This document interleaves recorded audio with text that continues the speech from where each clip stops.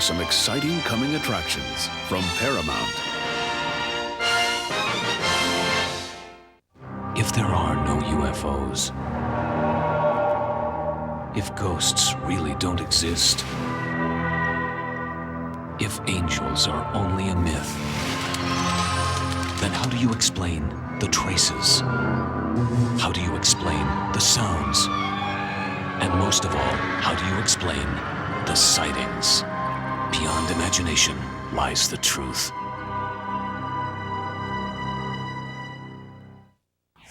Now you can take home 3 specially compiled editions of Sightings, available only on home video. The UFO Report, the Ghost Report, and the Psychic Experience are just $14.95 each from Paramount Home Video. Now available on video cassette.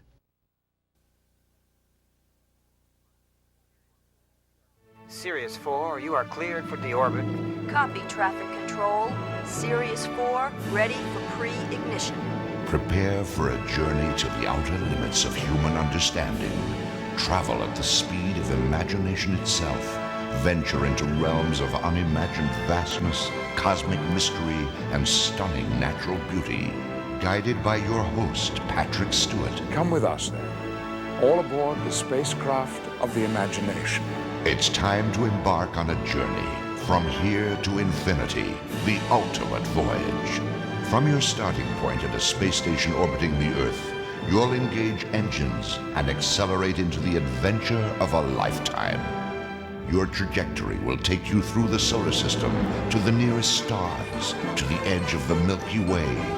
Plunging into the swirling vortex of a massive black hole, you'll make your way to the very edge of the universe and beyond. Powered by a stunning digital stereo soundtrack, From Here to Infinity is a uniquely produced tour of the wonders of space for adventure lovers of all ages, all brought to life by Patrick Stewart. From Here to Infinity, the ultimate voyage, priced at only $14.95. On video now from Paramount Home Video. Now available on video cassette.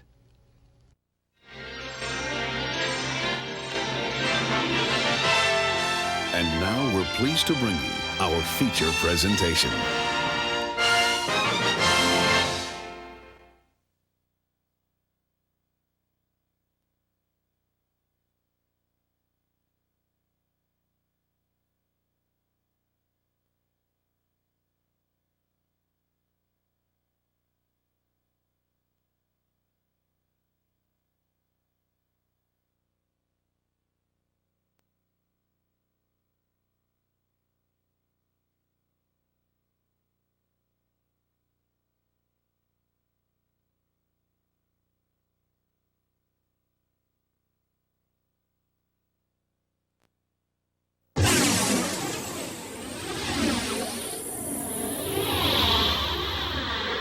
On this special home video edition of Sightings, haunting visions of a strange world between this one and the next. And it came in, it kind of did a little thing in the group, and then it was gone. It was the most extraordinary thing we've ever come across. Sounds that seem to speak from beyond the grave. Please try to give us a message. Please tell me who is here. From 500-year-old Stirling Castle to an unassuming house in America's heartland, there are bizarre tales being told. My baby is standing straddling my neck and it's got a butcher knife shoved down my throat. Does science have an answer for these fleeting glimpses of a life after death? There's something still left that needs explaining, which science at the moment doesn't seem to want to look at. Follow a psychic on his incredible journey inside Alcatraz. What Joseph is telling me is that he's been shot. Suicide, unfinished business, lives replaying like an old movie on the fabric of time. Learn what it means to feel the real-life horror of the ghost experience. Hello, I'm Tim White. Do you believe in ghosts? Don't answer until you watch this special ghost report from Sightings.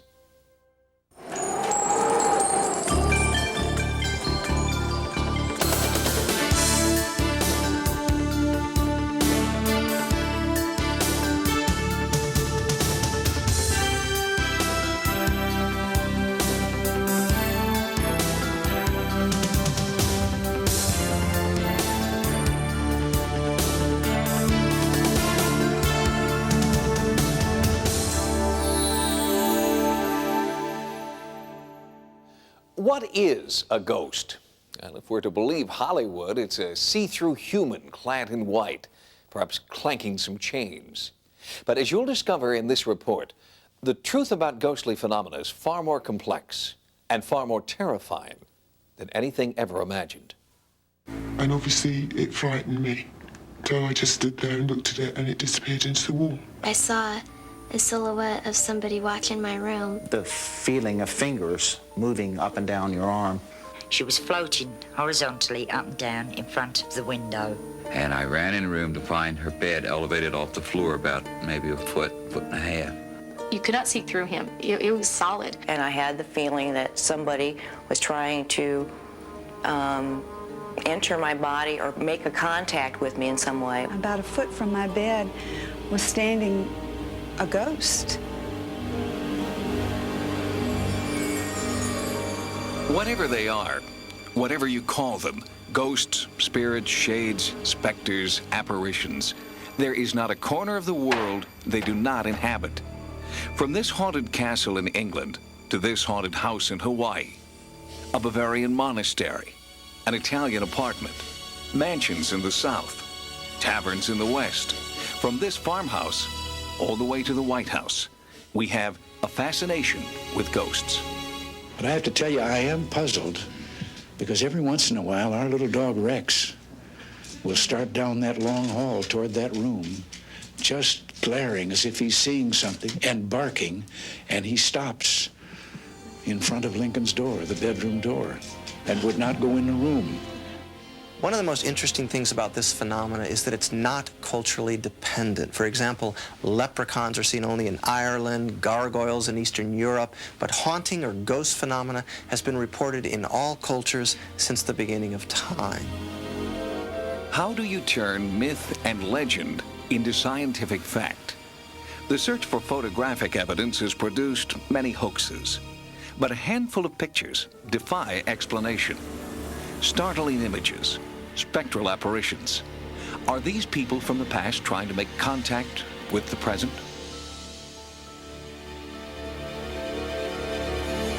There's a lot of fraud in this. There's a lot of imagination. There's a lot of wishful thinking. But when you strip that all out, there's about 20% hardcore stuff that is exceedingly difficult to explain. Within that 20%, haunted Longleat Castle in England. In 1965, a film crew in search of a ghost set up an infrared movie camera. After hundreds of hours of filming, they captured this extremely rare moment, a light emerging from one door and disappearing into another. All the lighting conditions were controlled. The windows were blacked out. There was no possibility of moonlight or car headlights or anything coming through. When we saw the stuff later, there was this shaft of light, which is, to me, is completely unexplainable. And indeed, this paranormal phenomenon has remained unexplained for 35 years. This New Orleans mansion's haunted history is chronicled in diaries written over 100 years ago. The family that originally lived here buried their dead infant in the wall of the nursery. The ghost of that baby's nanny is said to haunt the house to this day, a benevolent spirit watching over the people who live here now. I've had dinner parties, and she'd walk through the room. Everybody at the dinner table would see her. She just ignores you. She just walks through as though no one's there. She never looks at you. Nothing, she just walks through. But there's a darker side to the hauntings here. Other ghosts who the residents say are not kind but malevolent. 2 family dogs, a male and a female, have been recent victims. The female jumped out of the second floor window to the ground below, and the male was dead in the solarium. No marks or anything else. He was just dead. But there was obvious signs of them trying to get out. They had clawed their way halfway through a wooden door. Something had frightened them to that point of mass hysteria. When the apparition resembles somebody who used to live in the house, it seems to be evidence of survival. But there's another explanation, and that is that it's just energy recorded in the environment that gets played back by our brains, kind of acting like a needle on a phonograph. In the quest for evidence, 2 researchers from UCLA, Carrie Gaynor and Dr. Barry Taff, were witness to the most celebrated case in ghost hunting history. Gaynor and Taff encountered an evil force inside one Los Angeles home, unlike anything anyone had ever experienced before. They called it simply the entity.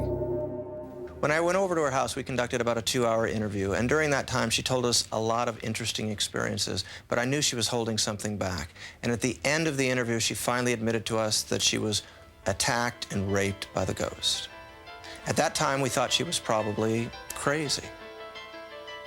The events that then transpired over the next 10 weeks were chronicled in the Journal of the Institute of Electrical and Electronic Engineers, including the night the investigators went from being skeptics to true believers. The lady screamed out, "It's in my bedroom." We ran in there. She shouted out, "It's over in the corner." We fired our Polaroid camera in the direction that she said. We didn't see anything, but the picture came out bleached out white completely. She shouted out again, "It's in the corner." Again, we fired our camera, and it was bleached out completely.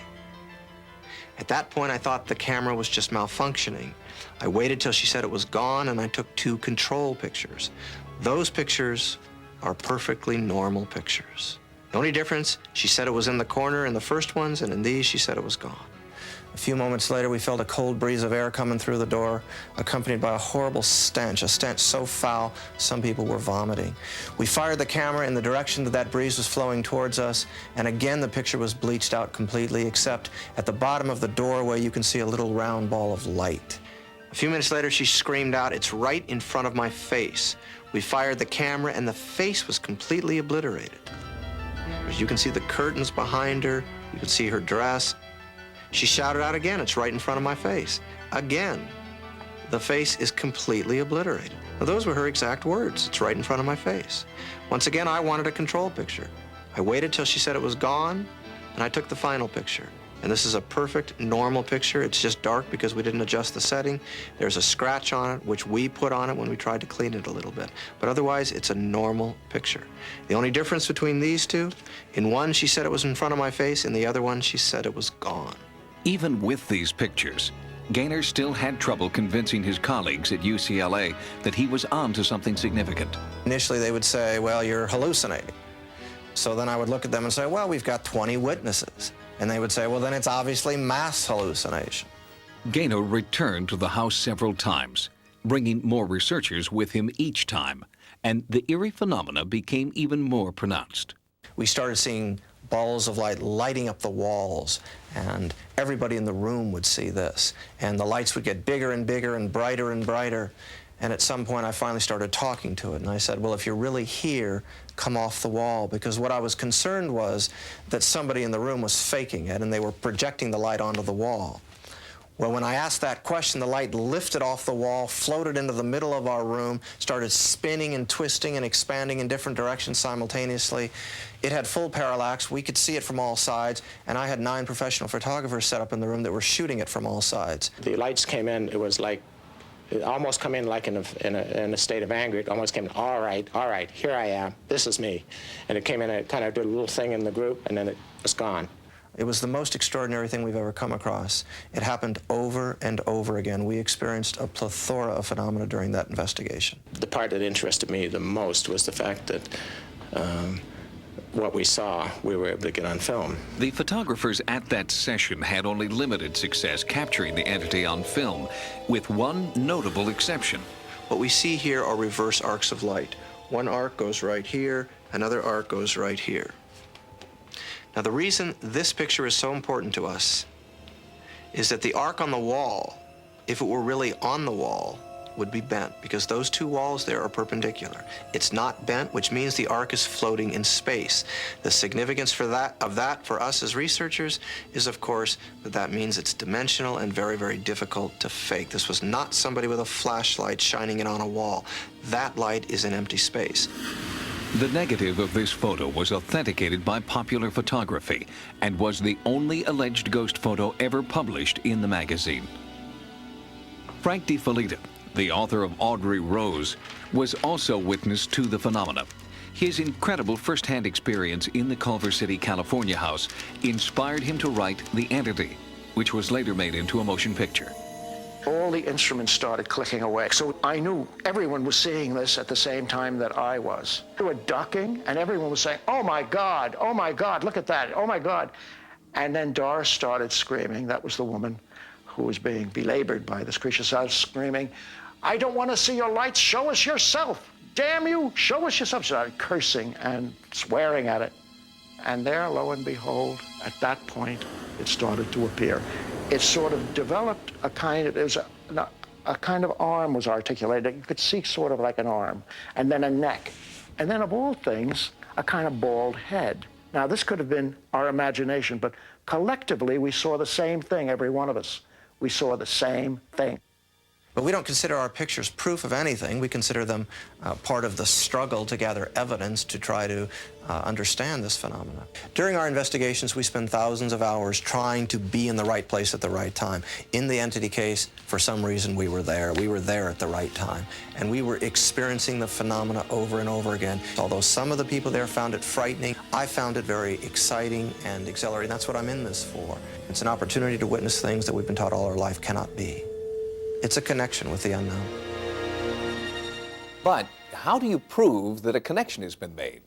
How do you document with scientific instruments a phenomenon that seems to defy the laws of science? A worldwide organization of 300 researchers is now experimenting with a little-known method called EVP, electronic voice phenomenon. These researchers believe that in some cases they've been able to imprint ghostly voices directly onto audio recording tape. Please try to speak. Please try to give us a message. Please tell me who is here.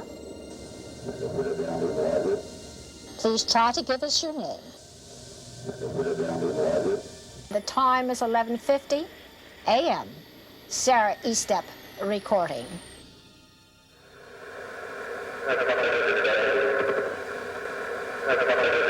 Sarah Estep is the founder of the American Association of Electronic Voice Phenomena. She considers herself a modern medium, attempting to capture the voices of the dead on audio tape. The microphones are yours. Who is with me? I'm recording voices from other dimensions. I started a little over 15 years ago. As a psychical investigator, I was very skeptical about the phenomena. But I decided to try it and see if I could get voices, and I did after 7 days. I started picking up voices on my own, and I have continued ever since. EVP recorders worldwide conform to exacting standards to eliminate the possibility that their machines are simply picking up ambient sound or radio signals, and only new, commercially packaged tape is used. Surprisingly, the ghostly voices are not audible during the actual recording process. They're only discovered later, when the tape is played back. And in some cases, the voices are recorded on the reverse side of the tape. Generally, the words are only heard once. We are repeating them here for clarity.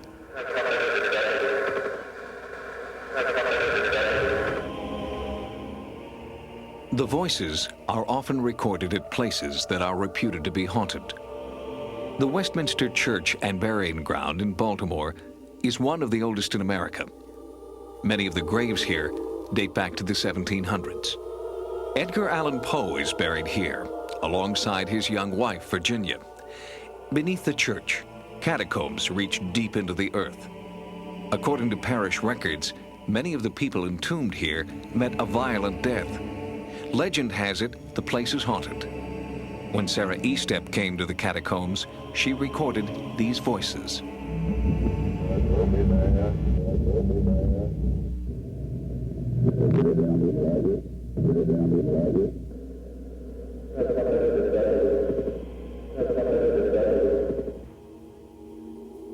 I was here a few years ago, and I picked up the message.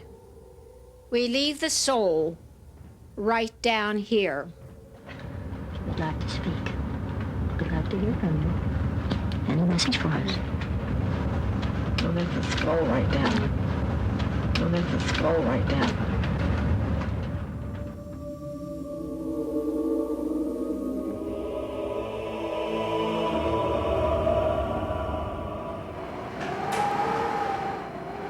Point Lookout Light stands on an open promontory on the western shore of the Chesapeake Bay.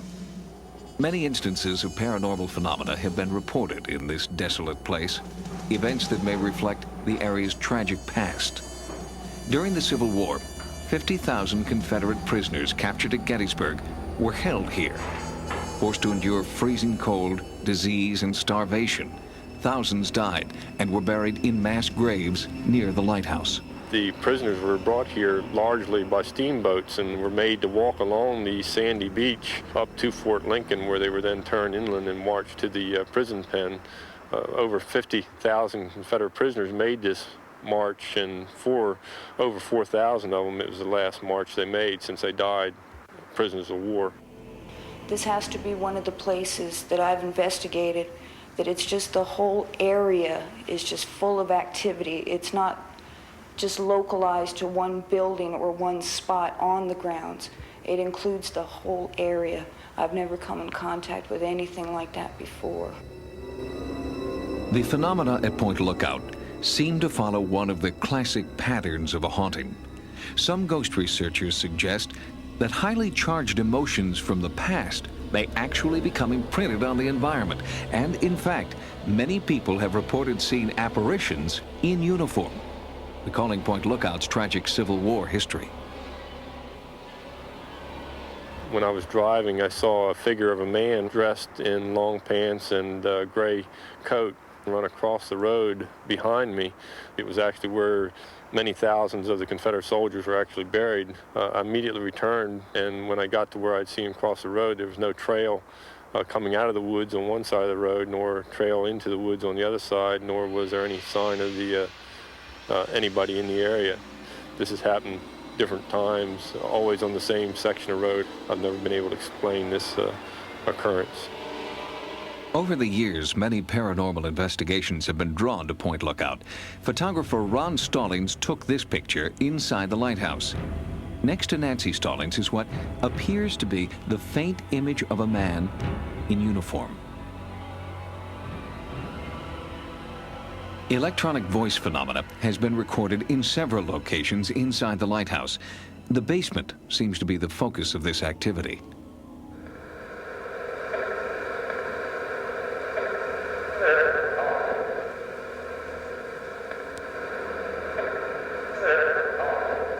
Some scientists believe EVP may be caused by the researchers themselves imprinting on the tape through psychokinesis, or as the result of electronic interference. But there is one aspect of EVP that defies explanation: when the recorder asks a specific question and gets a direct answer.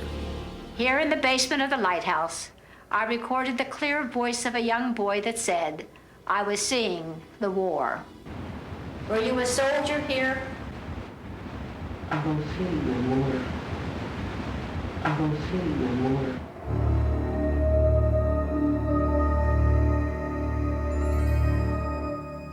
EVP research supports the belief that some ghosts are human spirits that occupy a strange netherworld between our reality and theirs.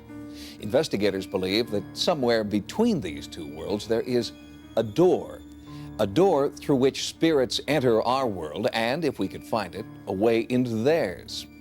At Manresa Castle in Port Townsend, Washington, visitors are looking for that way in.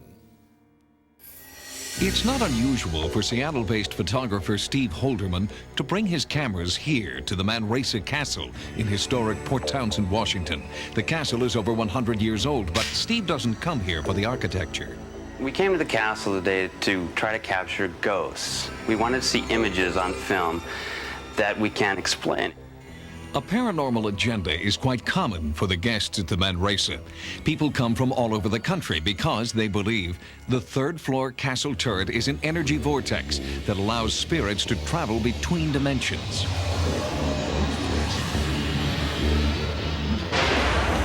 People commonly come from all around to see the ghosts. There are people in Seattle that come here regularly to see ghosts, especially on equinoxes. And Halloween night, you will always find somebody occupying 306.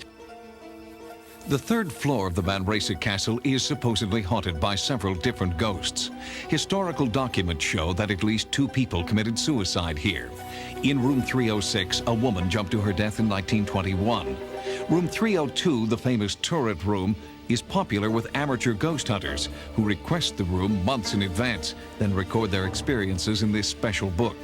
Records indicate that when the castle was used as a seminary, one disturbed Jesuit priest hanged himself here.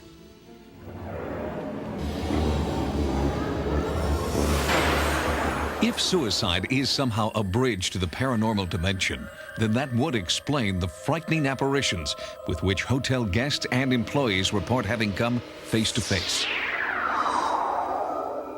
People are often introduced to the castle by newspaper accounts or from former guests. Rod Freeman and Sue Johnston come here regularly with their teenage sons and their friends. They all claim to communicate with spirits through their Ouija board. Definitely the darkest feeling that comes out is this Jesuit priest. We decided to ask him for page numbers in the Bible because that's easy to get through the Ouija board. There's a row of numbers there. And sure enough, he revealed to us a page number. And it's something that went along with the idea that he was perhaps evil or perverted in his life, and this is what brought him to the point of suicide. And we found a passage here in Psalm 101. A perverse nature shall be absent from me. I will not entertain. Evil, I will silence him who secretly slanders his neighbor. I will not tolerate one who is conceited and arrogant. So perhaps he's trying to tell us something about himself.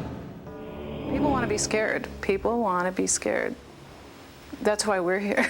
That's why we come, to experience what others have written about in these diaries that are in the rooms. The forlorn ghost of Kate is by far the most common sighting reported at the castle. Although Kate lost her life in room 306, she's often reported lingering in the turret room. With so much haunting activity in such a concentrated area, Sightings arranged for psychic Rhonda Griffin to come here.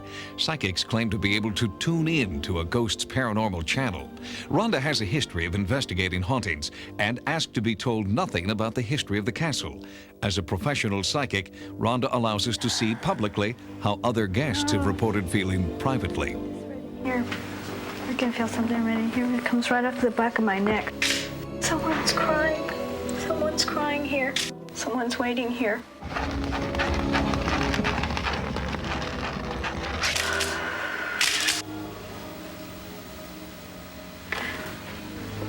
Did she jump out this window? The picture I just saw, I saw somebody fall out of a window.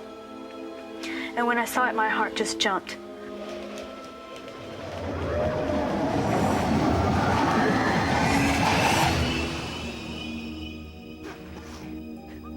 Rhonda claimed to be tapping into another dimension. With great emotion, she was able to articulate the tremendous pain and suffering she felt reliving Kate's suicide.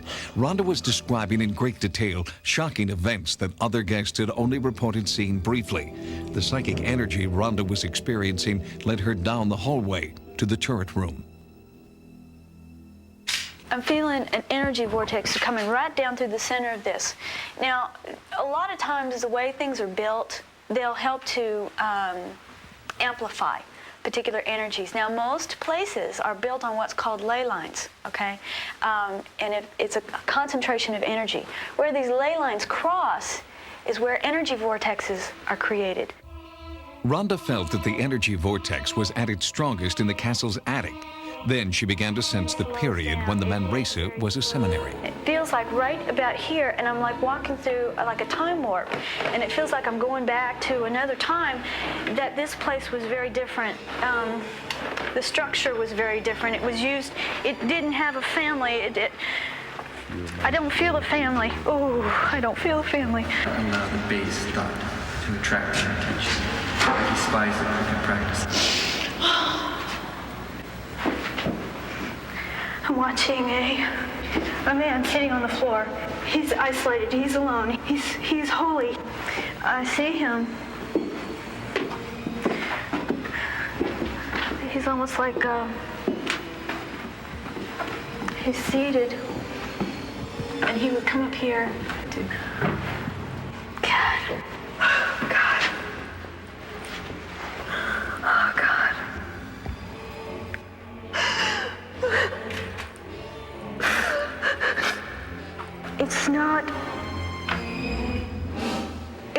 rage, it's despair. It's a feeling of hopelessness, helplessness. He's he's a religious person.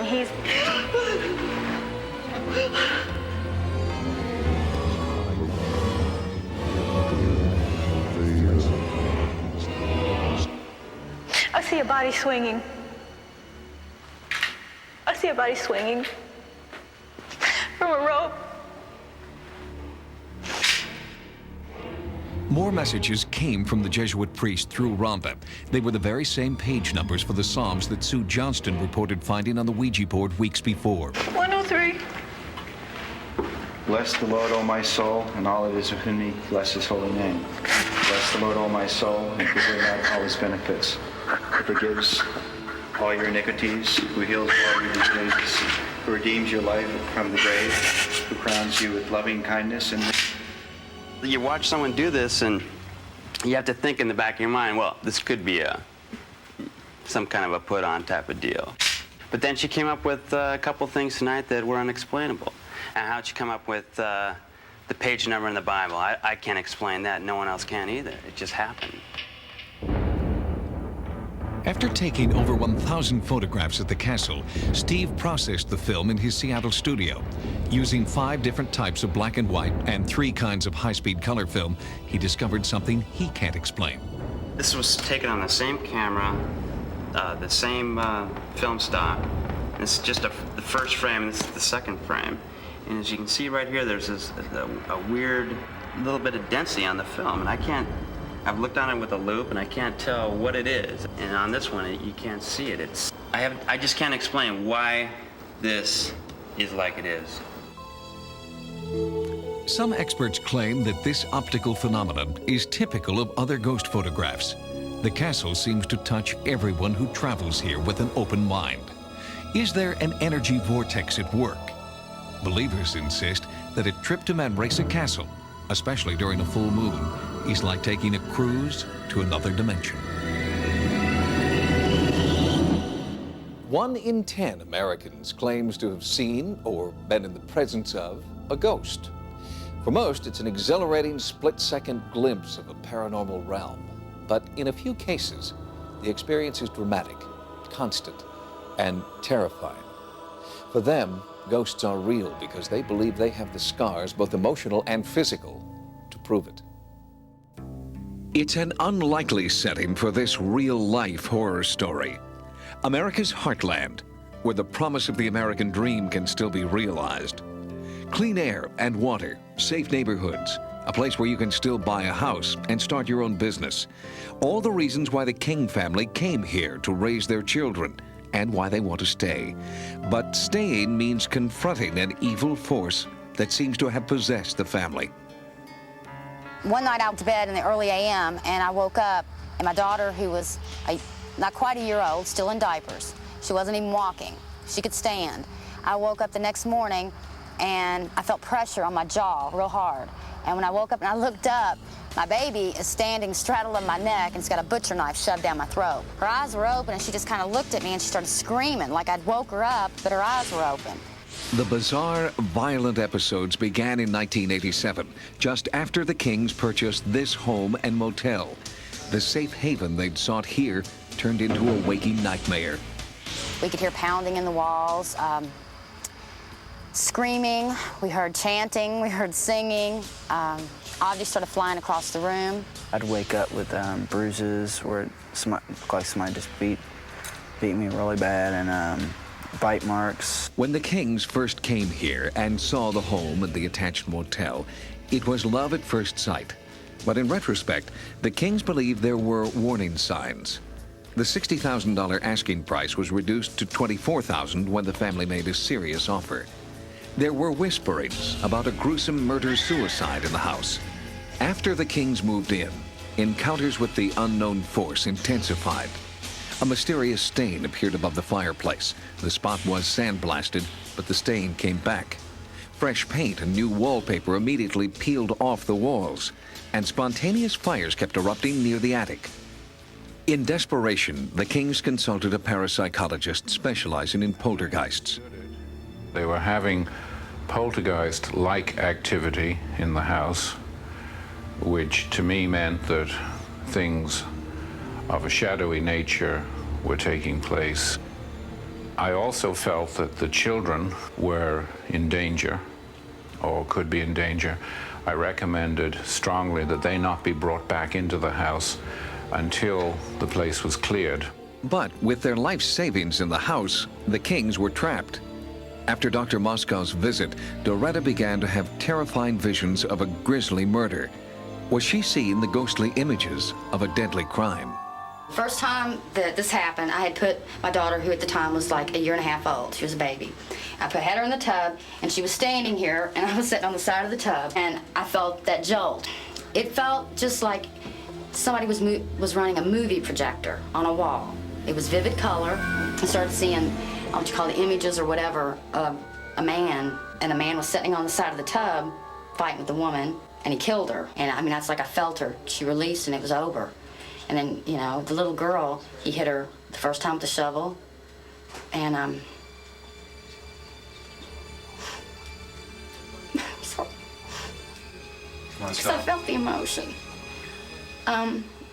She knew he was hurting her, and she screamed, "Mommy," and Mommy was already sliding down, and he hit the little girl, and the first time she hit the wall, so he hit her again, and then her little head, blood just started, you know, kind of splattered on all through her little hair, and then he drug him over there. It got to the point and bad enough where me and Stephen would even stay awake at night and just make sure we didn't feel anything or see anything happening to Doretta, because she seemed to be at one point getting the most attention, I guess, if you want to put it that way.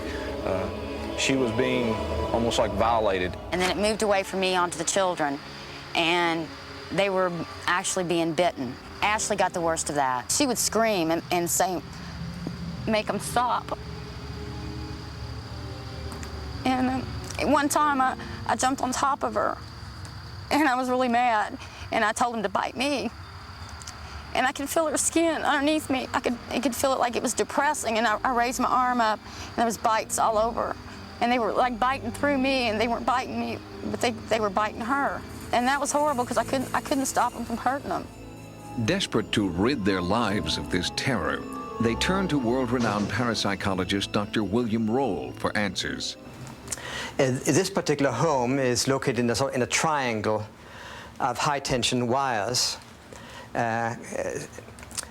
leaving open the possibility that the occurrences may be related to that situation. A home like this is a kind of hatchery for ghosts, you might say, because of the electromagnetic fields. We accompanied Dr. Roll during his investigation. 3 prominent psychics were brought in to try and identify the source of the disturbing poltergeist activity. Finally, at 4:17 a.m., a breakthrough. The presence of an entity was strongly felt. Although our cameras couldn't pick up an image, Doretta felt she had made contact. He's here. I'm trying to convince him to show himself. Any idea where he might do that? He's standing right here. You gotta work with him. I mean, this is the first time he's ever even attempted to be nice. It's building. Right there. Where? Can you touch where it is? The wood. Even one of our skeptical crew members felt the presence. I feel it, and I see right there. Yes, right here. Just give him some. We're negotiating here. My hair is standing on end. Come on, man. So strange. It's dissipated after all the activity of the evening.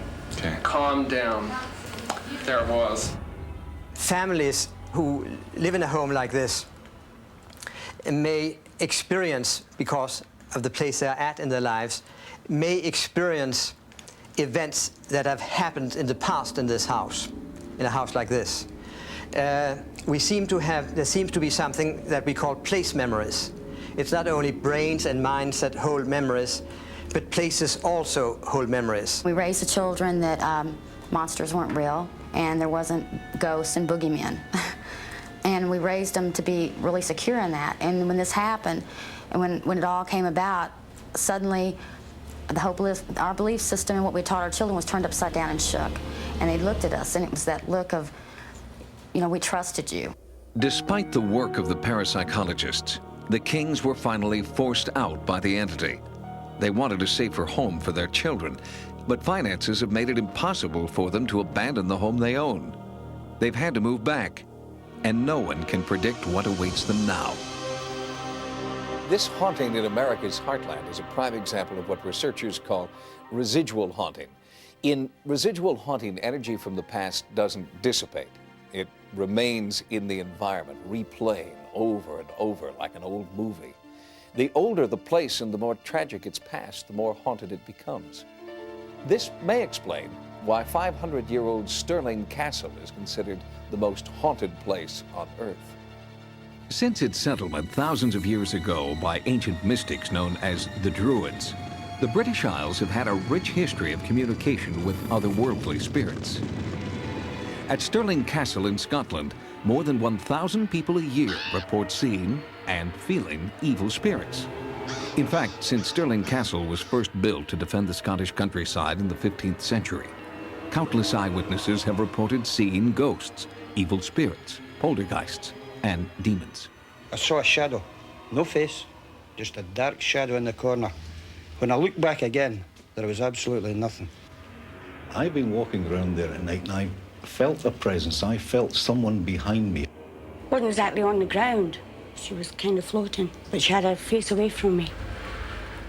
It definitely was a woman. The best-known ghost in Stirling Castle is the Green Lady, and she is said to be the spirit of a servant maid who saved Mary, Queen of Scots, from death in 1661 when the bed curtains caught fire from a naked flame, a candle held beside the bed.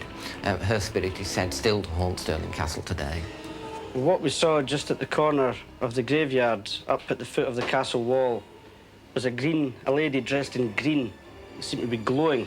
There were 7 or 8 of us ran up to see what was going on. I mean, covering 25 yards. There was nobody in either direction.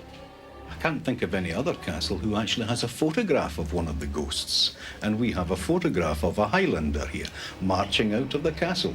And you can see straight through him as he comes underneath the archway.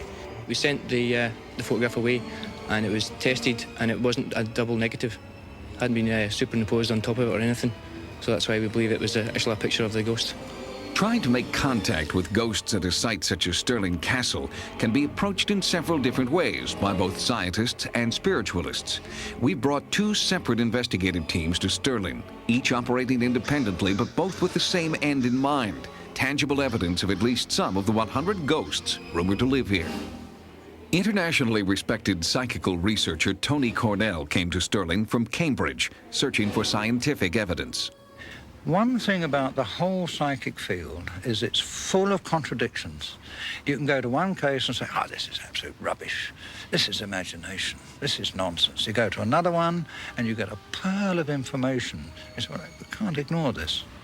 So I should think, really, I'd say there are such things as ghosts. I've never seen one. I'd very much like to see one. Perhaps I might see one tonight. You never know. Tony Cornell asked London's premier spiritualist medium, Glyn Edwards, to help him choose a good location for an overnight surveillance. There's something here. There's definitely something here. Here? What about over here? Not so much here. Not so much here. When we go out on an investigation, the kind of equipment we're taking is purely simply to confirm the physical presence of it. Is it in the mind of the person, or is it a real physical object? So what we do is we take equipment that will record any changes in the physical environment. Sound, sight, heat, geomagnetic changes, any form of electrical change, because we don't know what makes these things occur.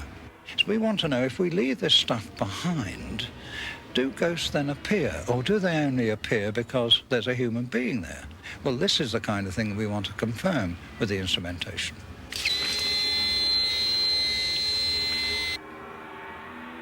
Cornell set up an infrared camera and a standard video camera to be left on all night. The next day, the video revealed nothing extraordinary, but the audio portion was startling.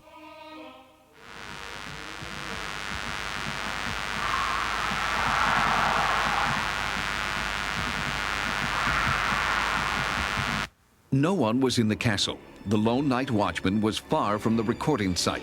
The nearest road was more than a mile away. Listen again for what sounds like moaning and screaming among the electronic static.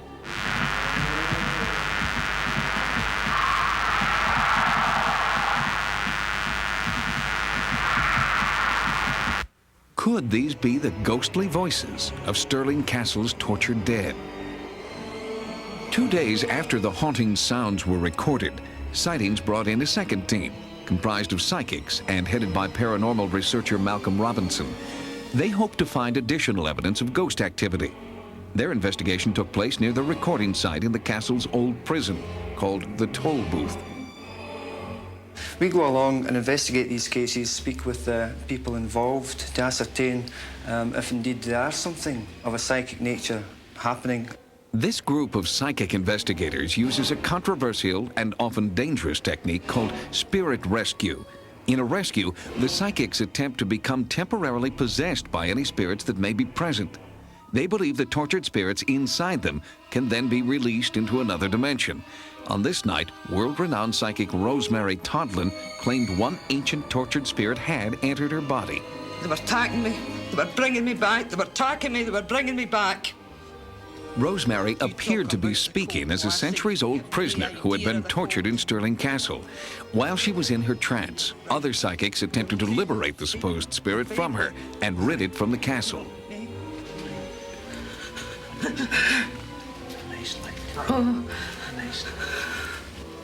You might never get another chance. This is your chance. This is your chance. This is your chance to be free once and for all. Spit it out if you have to. This is where you take that step through the door. A bigger door beyond even that. A much greater door, filled with light. That I actually felt escape. I felt it physically and I felt it emotionally. And the pressure began to just evaporate from me. Do you feel that the spirit has been released then from this room? He's no longer here as far as I'm concerned. So you're quite sure of this? Yes. Yeah. He wanted out, and he got an out. He got that door that he wanted. Yeah. And there's no way he'd come back here. We know there were torture chambers in the Toll Booth. And indeed, if they followed the practice of the country at that particular time, and indeed over many, many years, then there's no doubt there were thumbscrews and practices within that toll booth to force confessions from the unfortunate inhabitants. There may be conflicting views on the merits of spirit rescue, but Malcolm Robinson and his team of psychics believe that there is now one less ghost in Stirling Castle, that they have relieved the suffering of one tortured spirit in Scotland's House of Horrors. Based on what you've seen so far, imagine what the ultimate haunted location would be like. It would be a place of historic significance, where great personal tragedy is imprinted on the environment. There would be multiple witnesses who have experienced voices, images, smells, and physical manifestations of otherworldly forces. You can imagine it, but you don't have to, because it's a place that already exists. It's called Alcatraz. There's a strange pull you feel viewing this imposing outpost from shore. It was once the toughest prison in America, home to Al Capone, Machine Gun Kelly, and the Birdman of Alcatraz. It started in the 1850s as a military fortress defending San Francisco Bay. We're in the guardhouse, built in 1857. It was intended to be used as a defensive point. There was a gun that would have been mounted here, but it never got used. Instead, this was turned into the first cell block on Alcatraz in 1863. Insubordinate soldiers were locked away in tiny cells, measuring only 3 by 6 feet. They were beaten, chained to the walls, and forced to endure hard labor on the rock. Alcatraz boomed, and by 1909, the cell house that dominates the top of the island had been built for the incarceration of military prisoners. Alcatraz remained a barbaric military prison until the 1930s, when social upheaval reached a peak and mobsters ruled the big city streets.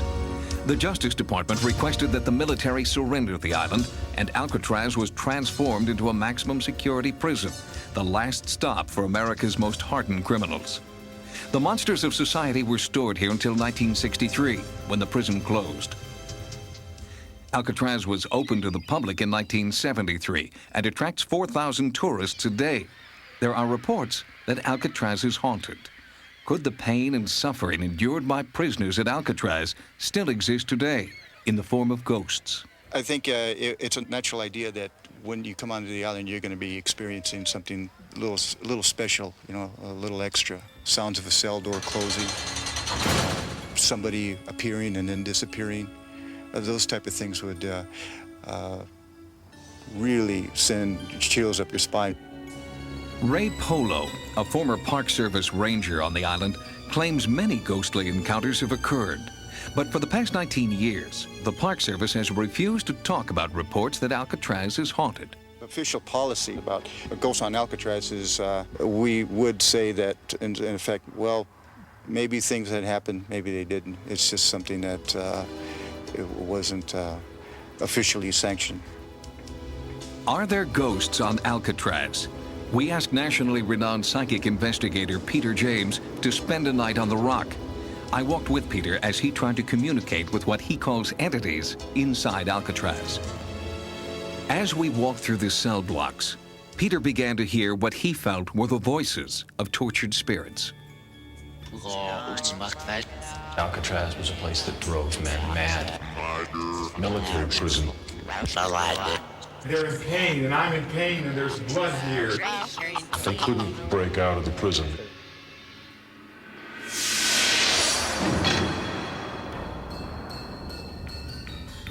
Like a psychic bloodhound, Peter was drawn to out-of-the-way places around the island. I know little or nothing about Alcatraz other than what I learned here during the past 2 days that I've been here. And my feelings are strongly that there is an energy here unlike any other that I've ever experienced. Peter claimed to have little knowledge of the history of Alcatraz. He said he let the spirits guide him, and they led him here to an area known as the Citadel.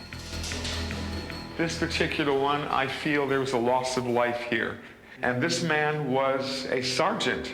And this is an American life that was lost in this particular cell. And I feel badly. I feel beaten. I don't feel that I lost life from gunfire. I lost life because of neglect.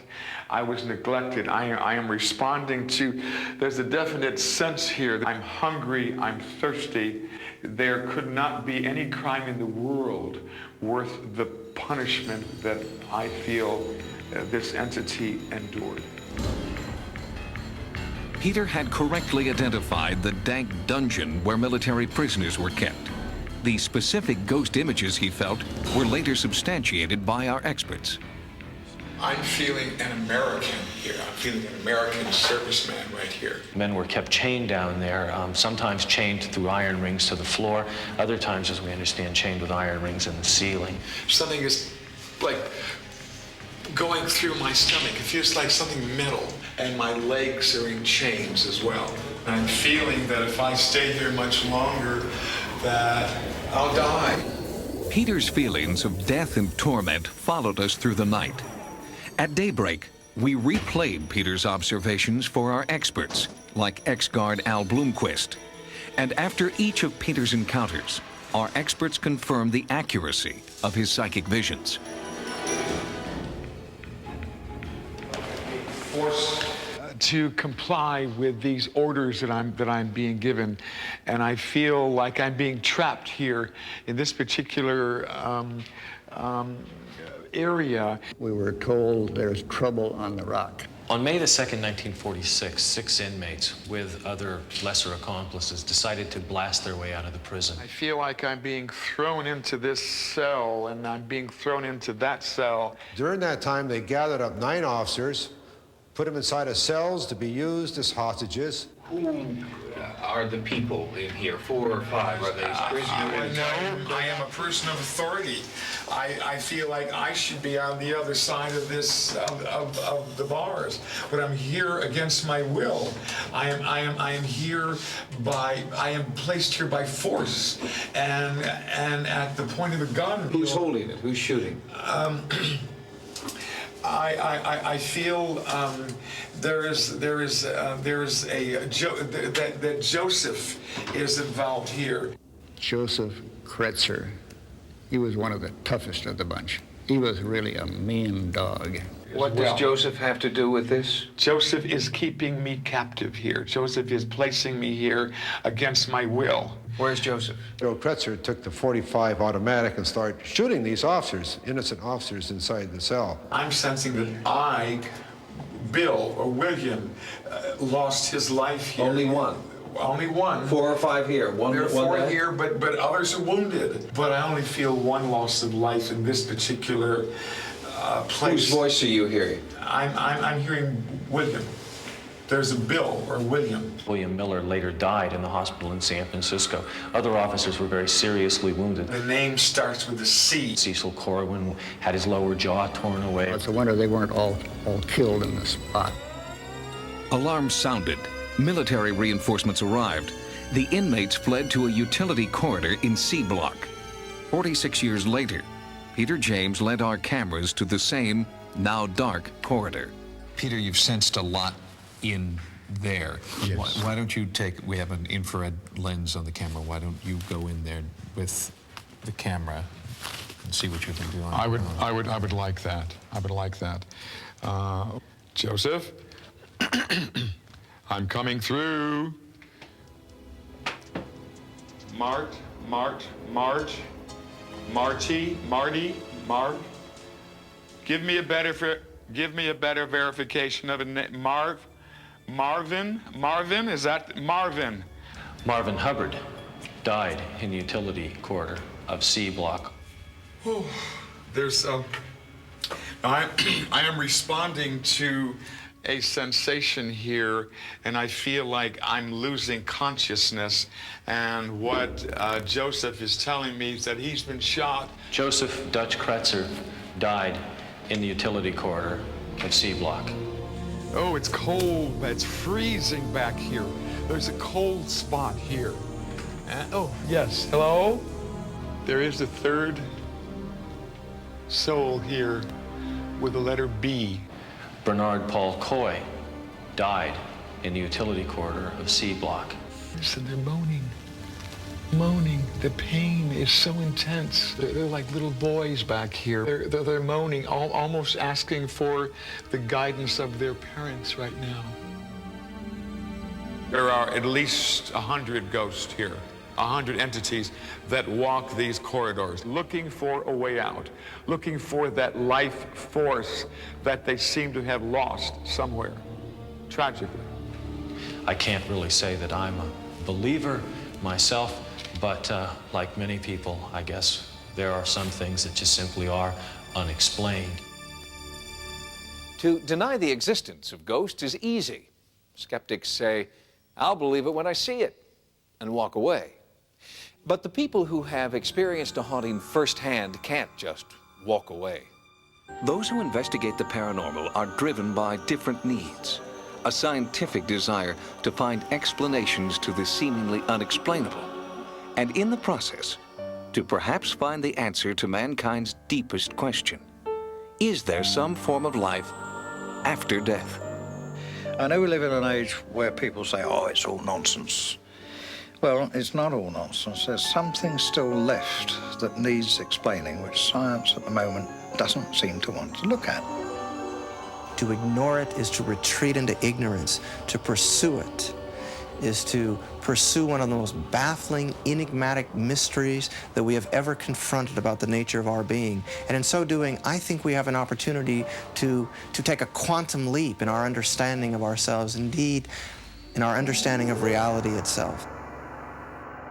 The people who have been touched by the ghost experience wonder why it's happening to them.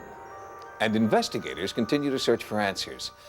They know something is there, but what exactly that something is continues to haunt them. For Sightings, I'm Tim White.